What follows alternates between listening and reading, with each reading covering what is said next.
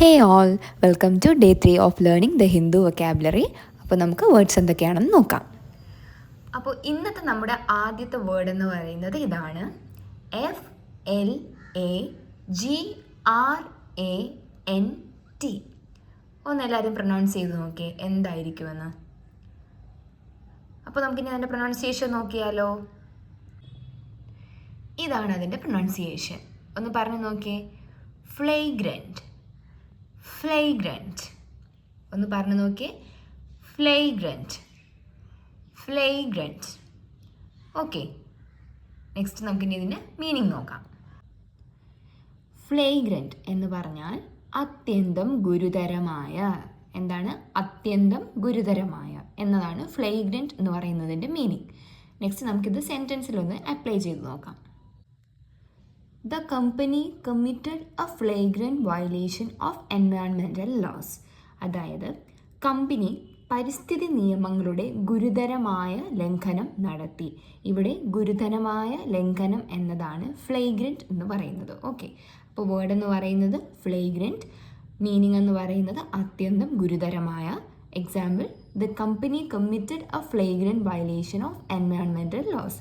അതായത് കമ്പനി പരിസ്ഥിതി നിയമങ്ങളുടെ ഗുരുതരമായ ലംഘനം നടത്തി. ഓക്കെ, ഫസ്റ്റ് വേർഡ് ക്ലിയർ അല്ലേ? അപ്പോൾ നമുക്കിനി സെക്കൻഡ് വേർഡിലേക്ക് പോകാം. ഇതാണ് നമ്മുടെ സെക്കൻഡ് വേർഡ് വരുന്നത്. HASTEN. ഒന്ന് പ്രൊനൗൺസ് ചെയ്ത് നോക്കിയേ എന്താണെന്നുള്ളത്. ചെയ്തോ? അപ്പോൾ നമുക്കിനി ഇതിൻ്റെ പ്രൊനൗൺസിയേഷനിലേക്ക് പോകാം. ഇതാണ് ഇതിൻ്റെ പ്രൊനൗൺസിയേഷൻ. ഹെയ്സൻ. എന്താണ്? ഹെയ്സൻ. ഹെയ്സൻ. ഇതിനെ പ്രൊനൗൺസ് ചെയ്യുന്നത് ഹെയ്സൻ. ഓക്കെ, നെക്സ്റ്റ് ഇതിൻ്റെ മീനിങ് നോക്കാം. ഹെയ്സൻ എന്ന് പറഞ്ഞാൽ വേഗത്തിലാക്കുക എന്നതാണ് ഹെയ്സൻ്റെ മീനിങ് എന്ന് പറഞ്ഞത്. ഇനി സെൻറ്റൻസിൽ നമുക്കിത് അപ്ലൈ ചെയ്ത് നോക്കാം. The government took steps to hasten the recovery process. അതായത് സർക്കാർ പുനരധിവാസ പ്രക്രിയകൾ വേഗത്തിലാക്കാൻ നടപടികൾ സ്വീകരിച്ചു. ഇവിടെ പ്രക്രിയകൾ വേഗത്തിലാക്കാൻ, ആ വേഗത്തിലാക്കാൻ എന്നതാണ് ഹെയ്സൻ എന്ന് നമ്മൾ പറയുന്നത്. അപ്പോൾ വേർഡ് എന്തായിരുന്നു? ഹെയ്സൻ.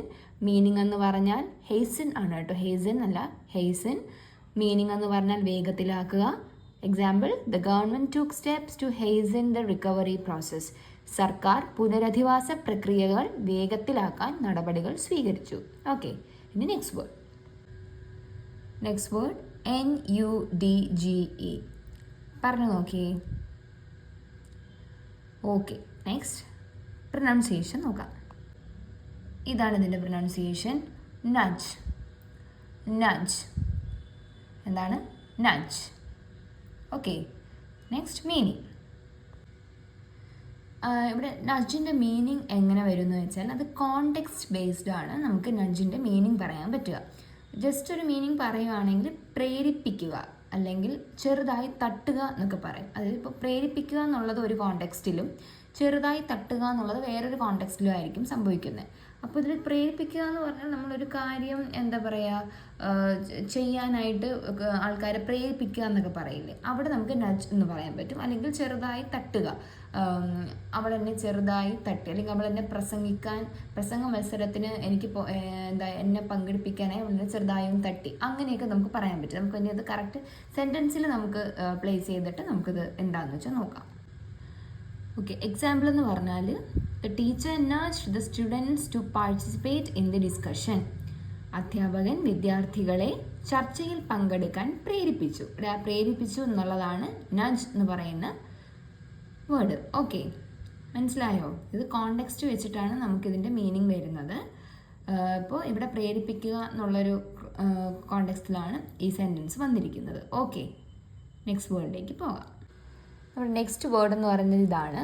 MOLLIFIED. പ്രൊനൗൺസിയേഷൻ നോക്കാം. മല്ലഫൈഡ്. എന്താണ്? മല്ലഫൈഡ്. മല്ലഫൈഡ്. ഓക്കെ, നെക്സ്റ്റ് മീനിങ്ങിലേക്ക് പോകാം. Her sincere apology mollified her parents. അവളുടെ ക്ഷമാപണം മാതാപിതാക്കളെ ശാന്തരാക്കി.